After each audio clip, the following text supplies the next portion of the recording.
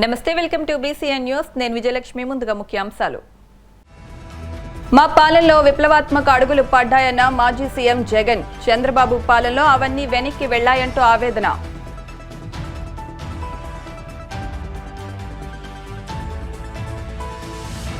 ధాన్యాన్ని తక్కువ ధరకు విక్రయించొద్దు, రైతులకు సూచించిన మంత్రి నాదెండ్ల మనోహర్.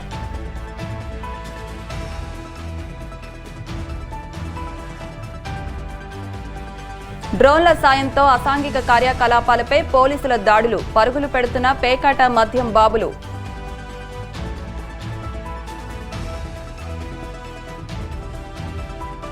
తాడేపల్లిగూడెంలోని ఏరియా ఆసుపత్రికి అరుదైన గౌరవం. పారిశుద్ధ్యం నిర్వహణలో రాష్ట్ర ప్రభుత్వం ప్రకటించిన కాయకల్ప అవార్డు. తమ 5 ఏళ్ల పాలనలో విప్లవాత్మకంగా అడుగులు పడ్డాయని, ఇప్పుడు ఆ అడుగులు వెనక్కి పడుతుంటే బాధాకరంగా ఉందని వైసీపీ అధ్యక్షులు మాజీ సీఎం వైఎస్ జగన్మోహన్ రెడ్డి ధ్వజమెత్తారు. తాడేపల్లిలోని వైసీపీ కేంద్ర కార్యాలయంలో మీడియాతో మాట్లాడుతూ, రెడ్ బుక్ పాలనతో రాజ్యాంగానికి తూట్లు పొడుస్తున్నారని, రాష్ట్రంలో లిక్కర్, ఇసుక స్కామ్లు కనబడుతున్నాయని అన్నారు. పేకాట క్లబ్లు, మాఫియా వ్యవహారం నడుస్తోందని, ఏ పని చేయాలన్నా, పరిశ్రమలు పెట్టాలన్నా చంద్రబాబుకి, ఎమ్మెల్యేలకు లంచం ఇవ్వాల్సి వస్తోందని ఆరోపించారు. పాదయాత్రలో తాను గుర్తించిన ప్రతి సమస్యకు పరిష్కారం ఇచ్చే ప్రయత్నం చేశానని, లంచాలు లేకుండా సంక్షేమ పథకాలు అందించామని అన్నారు. అవినీతికి తావు లేకుండా సచివాలయాల ద్వారా అన్ని సేవలు ప్రజలకు అందించామని అన్నారు. అనంతరం సెకీతో ప్రభుత్వ ఒప్పందంపై వస్తున్న ఆరోపణల నేపథ్యంలో విమర్శలకు బదులిచ్చారు. ఎన్నికలప్పుడు ఒక మేనిఫెస్టో చెప్పాము, ఆ మేనిఫెస్టోలో చెప్పినటువన్నీ కూడా అమలు చేయాలి అని ఆరాటపడడం, ఇవన్నీ ఎక్కడా కనిపించవు. ఇవన్నీ ఎక్కడా కూడా వెతికినా కూడా కనిపించవు. ఒకవైపున సూపర్ 6లు కనిపించవు, సూపర్ 7లు కనిపించవు. ఆయన ఎన్నికలప్పుడు చెప్పిన మాటలు ఏవి కూడా కనిపించవు. ఉన్నదల్లా ఏం కనిపిస్తుంది అని అంటే, రెడ్ బుక్ పరిపాలనతో రాజ్యాంగాన్ని తూట్లు పొడచడం కనిపిస్తుంది. రాష్ట్రంలో ఈరోజు ఏం కనిపిస్తూ ఉంటాయి అని అంటే, లిక్కర్ స్కాము, శాండ్ స్కాము దగ్గర నుంచి మొదలు పెడితే ప్రతి నియోజకవర్గంలో ప్యాకెట్ క్లబ్బులు, ప్రతి నియోజకవర్గంలోనూ మాఫియాలు. ఏ నియోజకవర్గంలో ఈరోజు ఏ మైనింగ్ యాక్టివిటీ చేయాలన్నా, ఏ పరిశ్రమ నడపాలన్నా ఈరోజు ఎమ్మెల్యేలకు ఇంత, చంద్రబాబుకి ఇంత అని కలెక్షన్ మెకానిజంతో ఒక మాఫియా సామ్రాజ్యం నడుస్తూ ఉంది.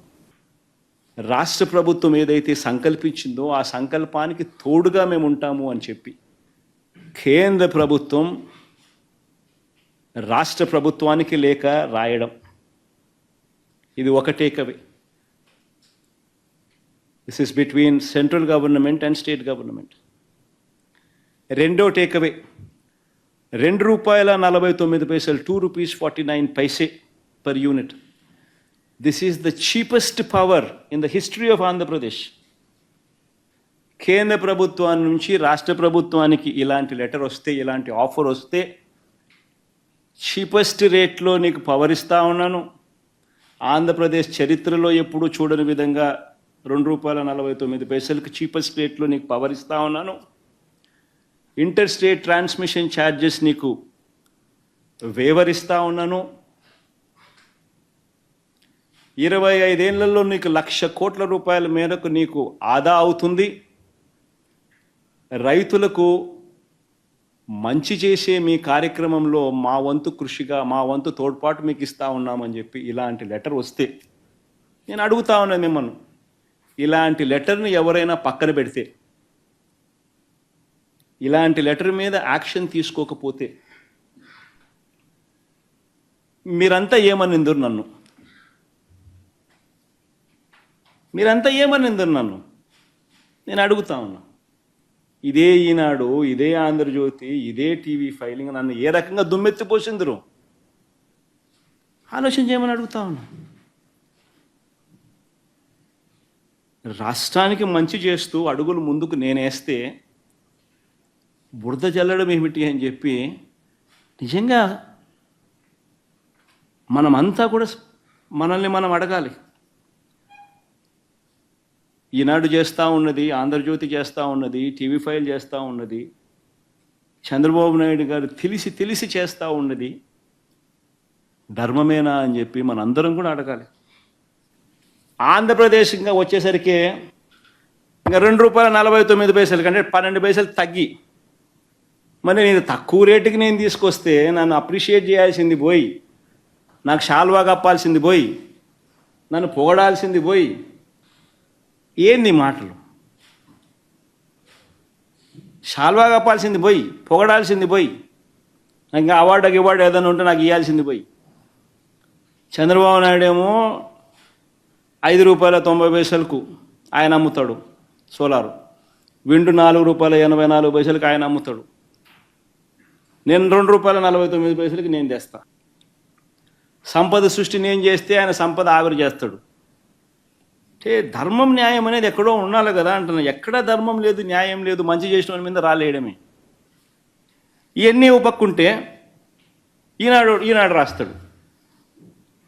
ఈనాడు, ఆంధ్రజ్యోతి, ఇంకా TV5, ఇంకా ఈ ఎల్లో మీడియా గురించి నేను చెప్పాల్సిన పనుల. ఇంకా వీళ్ళకు తోడు తందన అంటూ చంద్రబాబు నాయుడుకు సంబంధించిన ఆయన ఎల్లో గ్యాంగ్ సభ్యులు, ఆయన పార్టీయే కాకుండా ఆయన ఎల్లో గ్యాంగ్ సభ్యులు ఇతర పార్టీలో ఉన్న వాళ్ళు, హాఫ్ బేక్డ్ నాలెడ్జ్, సగం తెలిసి సగం తెలియక చంద్రబాబు నాయుడును మాత్రమే మోయాలన్న తాపత్రయం, ఏం చేసైనా సరే జగన్ మీదనే బురద చల్లాలా అనే యావా.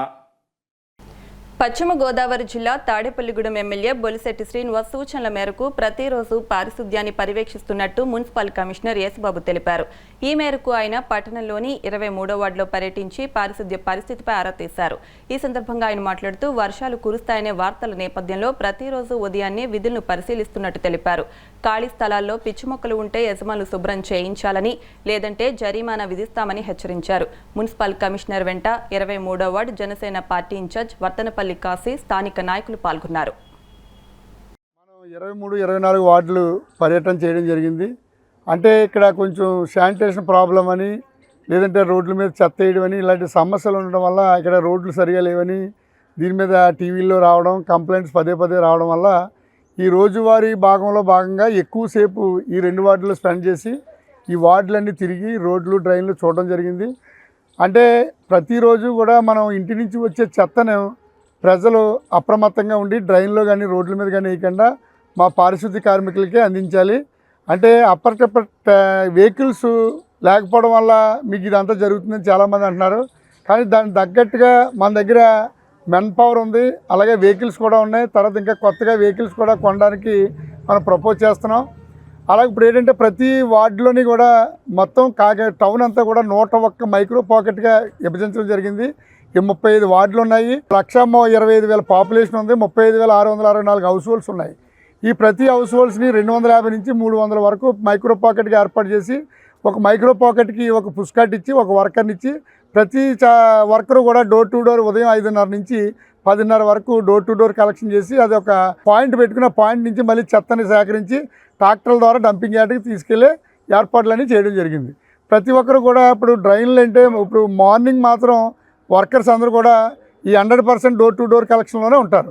ఆఫ్టర్నూన్ డ్రైన్స్ పట్టుకోవాలి. ప్రతి ఒక్కరు కూడా డ్రైన్స్ పట్టుకుని క్లీన్ చేయించడం ఎప్పటికప్పుడు జరుగుతుంది. ఇది కొంచెం శానిటేషన్ లోపం ఉన్నప్పటికీ నేను గుర్తించడం జరిగింది. ఈ రోజు నుంచి మా అధికారులందరికీ కూడా మేము ఆర్డర్స్ జారీ చేయడం అయింది. ప్రతి ఒక్కరు కూడా ఈ వార్డుకి సంబంధించిన శానిటేషన్ సెక్రటరీ, శానిటరీ ఇన్స్పెక్టరు, అలాగే మేస్త్రీలు, తర్వాత ఇక్కడ అలర్ట్ చేసిన వర్కర్స్ అందరూ కూడా అలర్ట్ అయ్యి దీన్ని అంతటిని కూడా ఒక 3 డేస్లో స్పెషల్ డ్రైవ్ కింద పెట్టుకుని ఈ 23, 24 వార్డులన్నీ కూడా దీన్ని పరిశుభ్రంగా చేసి తదుపరి కూడా మళ్ళీ రాకుండా యాక్షన్ ప్లాన్ తయారు. ధాన్యాన్ని తక్కువ ధరకు విక్రయించుకుని నష్టపోవద్దని, ప్రభుత్వం అందించే గిట్టుబాటు ధరను పొందాలని పౌర సరఫరాల శాఖ మంత్రి నాదెండ్ల మనోహర్ రైతులకు సూచించారు. కృష్ణా జిల్లా పామరు నియోజకవర్గంలోని కనుమూరు, కొండాయిపాలెం, అడ్డాడ గ్రామాల్లో యంత్రాలతో కోసిన రోడ్లపై ఆరబోసిన వరి రాసును పరిశీలించి రైతుల సమస్యలను అడిగి తెలుసుకున్నారు. రైతులకు ఎటువంటి ఇబ్బందులు తలెత్తకుండా ధాన్యం రైస్ మిల్లులకు తరలించే ఏర్పాట్లు చేశామన్నారు. రైతులకు ఎటువంటి ఇబ్బందులున్నా తమకు ఫిర్యాదు చేయవచ్చని, వాటిని వెంటనే సరిచేస్తామని తెలియజేశారు. ఈ కార్యక్రమంలో పామరు ఎమ్మెల్యే వర్ల కుమార్ రాజా, పౌర సరఫరాల శాఖ అధికారి, ఆర్డీఓ, తహసీల్దార్ పాల్గొన్నారు.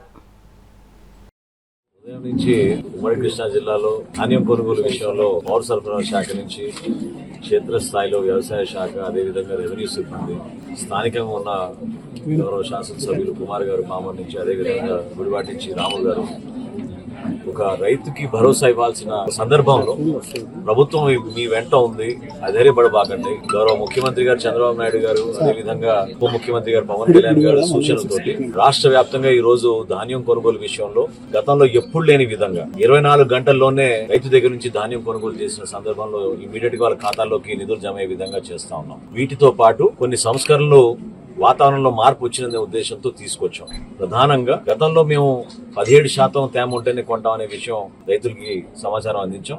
దానికి మార్చి 24% ఉన్నా కూడా తేమ శాతం ఖచ్చితంగా ధాన్యం కొనుగోలు చేయాలని అధికార యంత్రాంగాన్ని అందరూ కూడా అప్రమత్తం చేశాం. ట్రాన్స్పోర్టేషన్ విషయంలో ఆల్రెడీ పాపం కల్లాల దగ్గర రైతులు కొంచెం ఆందోళన చెందుతున్నారు. ఆ భరోసా ఇవ్వడానికి కోసం ఇప్పుడే ఎమ్మెల్యే గారితో కూడా మాట్లాడిన తర్వాత ప్రత్యేకంగా ఈ ప్రాంతానికి 1400 లారీలు, ట్రాక్టర్లు అవసరం అని చెప్పారు. స్థానికంగా ఉన్న అధికార యంత్రాంగంతో మాట్లాడి ఖచ్చితంగా సాయంత్రానికల్లా కనీసం 30 మెట్రిక్ టన్నులు మనం గుడివాడ ప్రాంతంలో ధాన్యం కొనుగోలు చేసే విధంగా అన్ని ఏర్పాట్లు చేస్తున్నాం. ఈ ఎక్కడ ఏ సమస్య వచ్చినా కూడా ప్రభుత్వం నుంచి మేము అందరం కూడా సిద్ధంగా ఉన్నాం. సమస్య పరిష్కారం కోసం, రైతుకి అండగా నిలబడడానికి కోసం ఊహించని విధంగా మేము నిలబడుతున్నాం. ఉదాహరణకి రైస్ మిల్లర్లు బ్యాంక్ గ్యారంటీలు కూడా కట్టలేని పరిస్థితి. ఎందుకంటే గతంలో 1650 కోట్లు బకాయిలు వదిలేసి వెళ్ళారు రైస్ మిల్లర్లకి. ఆ పరిస్థితిని అధిగమించి ఒక 200 కోట్లు మొన్న ఇచ్చాం. ఈ రోజున మళ్ళీ 120 కోట్లు వాళ్ళకి చెల్లించాల్సిన బకాయిలు రైస్ మిల్లర్కి ఇచ్చాం.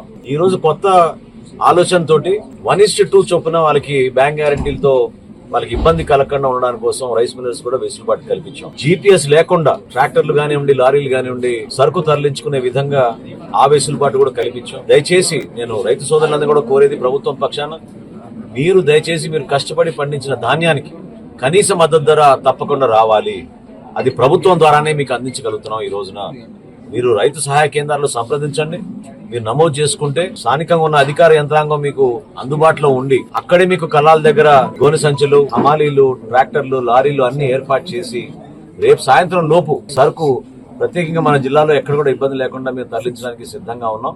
మీరు అధైర్యపడబాకండి. వాతావరణంలో కూడా అంత మనం అనుకున్నంత మార్పు రాకపోవచ్చు. అయినా కానీ మీకు అన్ని విధాలుగా అండగా నిలబడడానికి ప్రభుత్వ పక్షాన స్థానికంగా గౌరవ శాసనసభ్యులు అందరం కూడా ఒకే మాట మీద నిలబడి ఉన్నాం. ఈ పరిస్థితిలో కూడా దళారులు మాత్రం మీరు ప్రోత్సహించకుండా ప్రభుత్వం ఏర్పాటు చేసిన ఈ వ్యవస్థని మీరు ఉపయోగించుకోమని ఈ సందర్భంగా కోరుకుంటున్నాం. దాదాపు మనకి ఇక్కడ ఉన్న 177 రైతు సహాయ కేంద్రాల్లో కూడా బహుశా ఎక్కడైనా చిన్న చిన్న సందర్భాల్లో కొన్ని టెక్నికల్ ఇష్యూస్ ఉండొచ్చు. తప్పకుండా మా దృష్టికి వస్తే ఇమీడియట్ గా వాటిని రెక్టిఫై చేస్తాం. ఇవన్నీ ఈ మెషిన్స్ అన్ని కూడా క్యాలిబ్రేట్ చేసాం, క్వాలిటీ చెక్ కూడా చెక్ చేయించాం.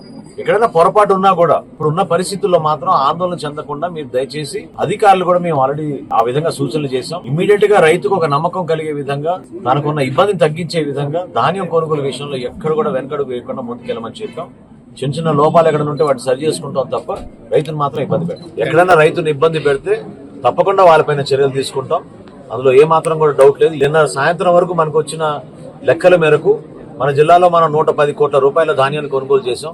సుమారు 5,300 మంది రైతుల దగ్గర నుంచి. ఆ సంఖ్య మరింత పెరిగే విధంగా కనీసం 1000 మెట్రిక్ టన్నులు ఇవాళ తీసుకోవాలనే ఆలోచనతోటి మేము అన్ని విధాలుగా ఉమ్మడి జిల్లాలో మేము సిద్ధం అవుతున్నాం. ఎవరూ ఇబ్బంది పడాల్సిన అవసరం లేదు.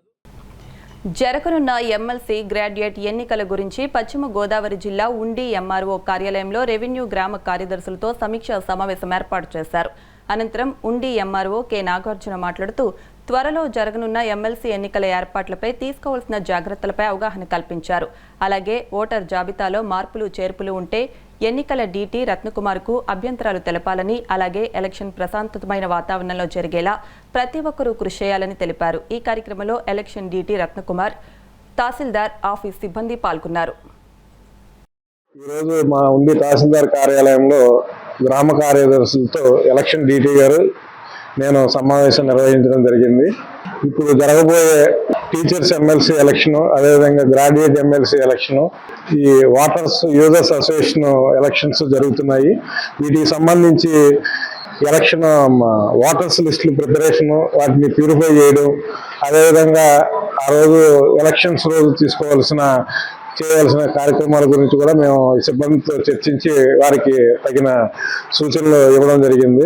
ఎటువంటి ఇబ్బందులు లేకుండా ఈ ఎలక్షన్స్ స్మూత్ గా రన్ చేయడం కోసం కావాల్సిన అన్ని సూచనలు కూడా సిబ్బందికి ఇవ్వడం జరుగుతుంది. కోనసీమ తిరుమలగా వర్ధిల్లుతున్న వాడపల్లి శ్రీ వెంకటేశ్వర స్వామి ఆలయంలో గురువారం ప్రత్యేక పూజలు నిర్వహించారు.